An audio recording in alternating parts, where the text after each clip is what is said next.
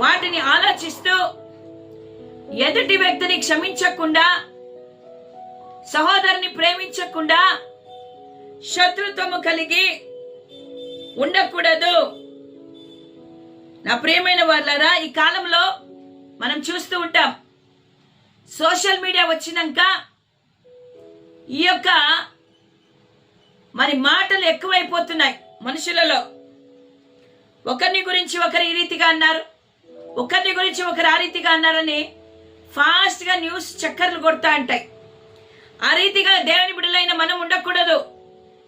మనకు ఏదైనా ఒక వ్యక్తిని గురించి తెలిస్తే, వారు మనల్ని ఏమైనా అన్నారంటే, ఎవరైనా మనతో చెప్పారంటే, ఆ చెప్పుడు మాటలు లక్ష్య పెట్టకుండా మౌనంగా దేవుని వైపు మనము చూస్తూ, ఇదిగో వారిని క్షమించమని